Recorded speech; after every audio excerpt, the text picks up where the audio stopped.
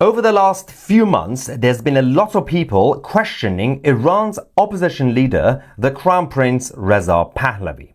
They've been asking, what has he been up to for the past 47 years? Where has he been? Has he been just sitting there waiting for his throne?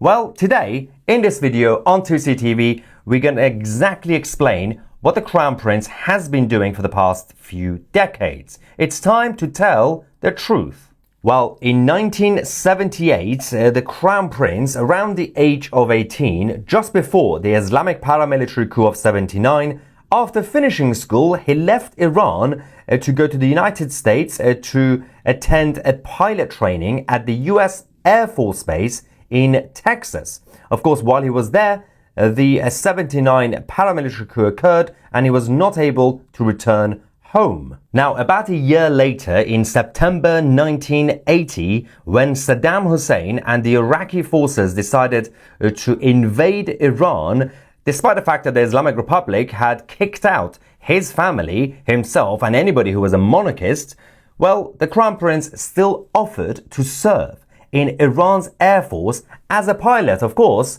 the Islamic Republic said no thank you. One other note from Cairo, the Shah's son, the Crown Prince Reza Pahlavi, has reportedly offered to fight in the Iranian armed forces. He sent a message to the chief of staff offering, in his words, his life's blood in the fight against Iraq. Reza, who is 19, is a pilot trained in the United States. Now, that doesn't sound like somebody who's just sitting around doing absolutely nothing. Well, the whole thing continued. 1 month later, in October 1980, following the death of his father, the last king of Iran in Egypt, the Crown Prince Reza Pahlavi, of course, reached constitutional majority, and at the end of October, in Cairo, he formally declared that he was ready to carry out his responsibilities as heir to the Iranian monarchy. But of course, he also clarified that it is my duty to ensure that it is up to the people to decide in a free and democratic country whether they want to have constitutional monarchy back or not. Now, throughout the 1980s, the Crown Prince didn't stop. He continued to work to try to unite all different opposition groups inside and outside of Iran to ensure that they focus on one main goal: to retake Iran as a sovereign land and as a free country. All we hope for is not only for governments but public opinion leaders in the world just to know the truth about what goes on in our country, because I believe that the world and the public opinion of the world has to realize the circumstances.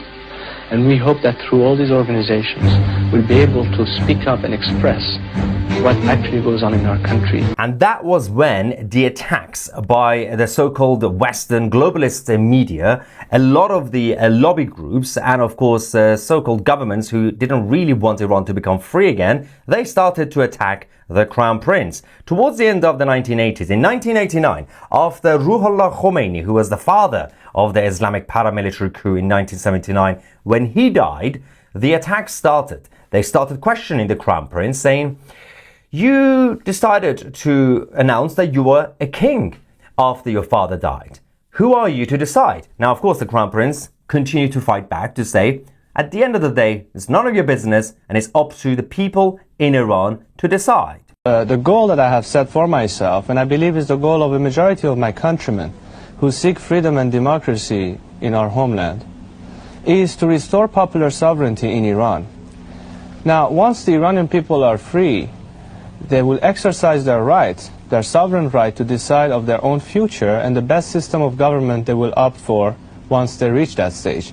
At that point, I believe that constitutional monarchy is definitely the preferred alternative in Iran, but it will be up for the Iranian people to make that choice. And in 2001, Reza Pahlavi's younger sister, Princess Layla, at the age of 31, she was found dead in a hotel room in London after taking an overdose of sleeping pills. I remember when I met the family, his youngest sister, Layla, was an adorable, very happy youngster. And she died recently. It was reported that it was a suicide. My sister Layla was perhaps the most affected by the loss of her father. She was only not even 10 at the time. And so it was very difficult for her to recover from that. Now, that didn't stop the Crown Prince from carrying out his duties, not just in terms of leadership, but also his activism. In June 2005, just before the so-called presidential elections in Iran, while the rest of the Western media were pretending that Iran under the Islamic Republic have free elections, the Crown Prince Reza Pahlavi and a huge number of Iranians inside and outside of Iran were trying to raise awareness about the political prisoners inside the country. Outside the federal building in Los Angeles, the Crown Prince joined the hunger strike protests. And of course, that carried on for a few days. But again, as expected, the media were not really interested. Now, Reza Pahlavi continued for the next few years, and of course, he hasn't really stopped, but to expose the realities and these false and fake elections in Iran. In 2009, the Green Movement happened because a lot of people in Iran were thinking perhaps we could reform the Islamic Republic. But even the concept of reform, which is not possible in the Islamic Republic, even the idea, of course, that caused a lot of chaos and the meltdown by Khamenei and his minions. So they started to massacre the Iranian people. The Crown Prince Reza Pahlavi once again led from the front to ensure that people know the truth. After the 2009 elections in Iran, millions of Iranians protested. The Crown Prince went to a number of cities to also lead protests outside the country, urging different political groups to put aside their internal divisions.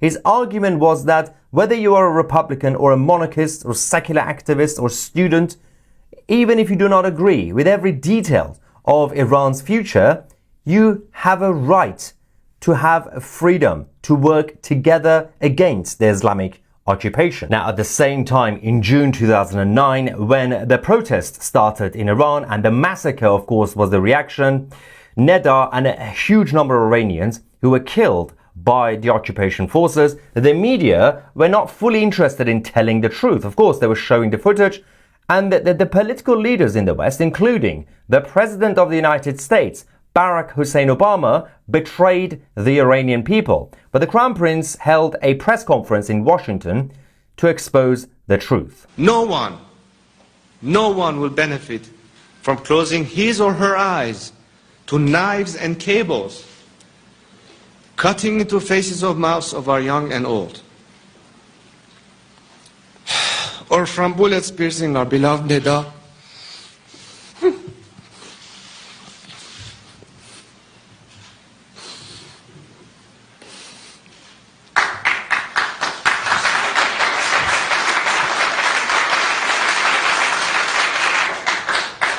Whose only sin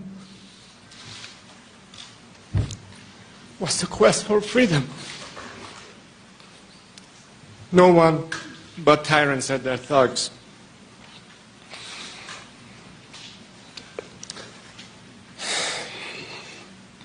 Do not let them define what is disrespect for sovereignty, what is interference in others' affairs. Tragedy and sadness and a lot of challenges continue to hit the Crown Prince, not just in terms of people in Iran, but also his own family. Unfortunately, in January 2011, Reza Pahlavi's younger brother, Prince Ali Reza, also died by suicide in Boston after years of dealing with depression. Later, the Crown Prince said that his brother Ali Reza wanted to be cremated and wanted his ashes to be scattered across the Caspian Sea. We mourn today the succumbing of our beloved Ali Reza to the weight, pain, and daily burdens of this grave illness. My family has had its share of dealing with this debilitating illness, but we also realize it is not a tragedy isolated to us. We share this with the millions around the world, particularly those in our homeland Iran, suffering from the same. But again, the Crown Prince Reza Pahlavi didn't stop. He continued. Only months later, in December 2011, the Crown Prince held a press conference in Paris and called for Ali Khamenei to be referred to the international justice over human rights abuses and crimes against humanity. Now, this was part of his broader strategy to put the Islamic Republic under international pressure and, of course, document its crimes. Problem was that the globalist liberal governments were not interested. And in 2013, the National Council of Iran for Free Elections was finally formed, and the Crown Prince became its official spokesperson. The idea was to create an umbrella movement focused not on just forcing any sort of monarchy or republic on the Iranian people, but demanding free elections and a democratic process. The Crown Prince's argument was that the form that Iran is going to have in the future should be decided by the Iranians. And this was when he escalated his efforts and, of course, a lot of action that was taken to go around the world to meet with global political leaders, cultural leaders, and, of course, in this case, the European Parliament, which were absolutely useless as usual, but it was important for the Crown Prince to spread their message. Towards the late 2010s, the Crown Prince was continuing to meet with political figures, including Marco Rubio and a huge number of not just American leaders, but of course Europeans and others from around the world. And finally, in June 2022, 3 months before Mahsa Amini was killed by the morality police in the Islamic Republic, which obviously caused the nationwide protests, the Crown Prince gave a press conference calling for a coordinated front against the Islamic occupation. He argued that protests were needed to be organized, to be more efficient, and of course, not just to show anger. He also sent a message to the regime's security forces to tell them it is time to change your bets. The Islamic Republic will not protect you anymore. So, the next time somebody comes to you and says, well, who is this guy? What is the Crown Prince doing? Where has he been all this time? He's been just sitting there being the prince, apparently. Well, show them this video. Tell them the truth about not just the Crown Prince, but Iran and the Iranians.